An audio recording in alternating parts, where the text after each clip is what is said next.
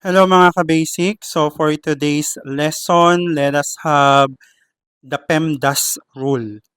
Okay? So dito, ultimo elementary, high school, and even college, no, sometimes ay nalilito kung paano nga ba yung PEMDAS rule na tinatawag.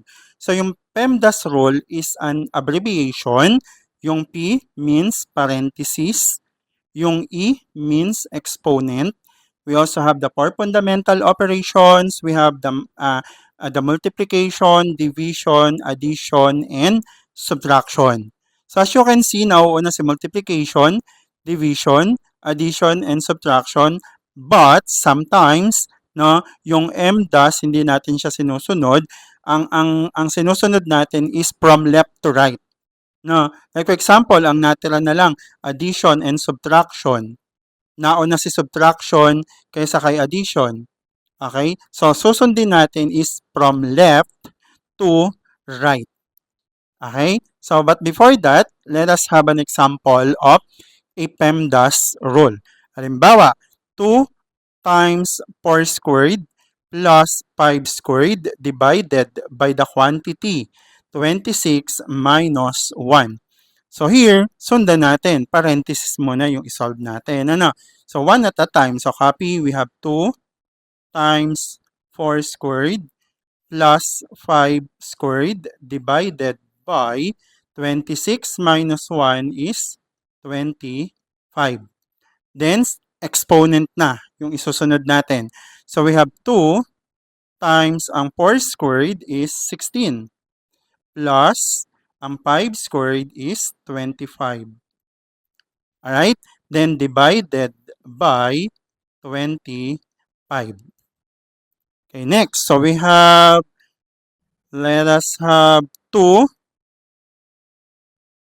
Ito tayo. 2 times 16 is 32 plus 25 divided by 25 is 1. Okay, then 32 plus 1 is 33. So this will be your final answer, which is 33. Okay, example number 2. So 9 divided by 3 plus 2 times the quantity 9 plus 10 plus 4. So we have 9 divided by 3 plus 2 times ang 9 plus 10 is 19 plus 4. Then we have 9 divided by 3 is 3 plus 2 times 19 is 38 plus yung 4. Then 3 plus 38 is 41, then plus 4. Then 41 plus 4 is 45. So this will be your final answer for the PEMDAS rule. Okay mga ka-basic? So wag na wag pong malilito. Karamihan dyan talaga nalilito. Also dun sa GEMDAS rule and PEMDAS rule. Okay, sundan lang po natin yung tamang proseso.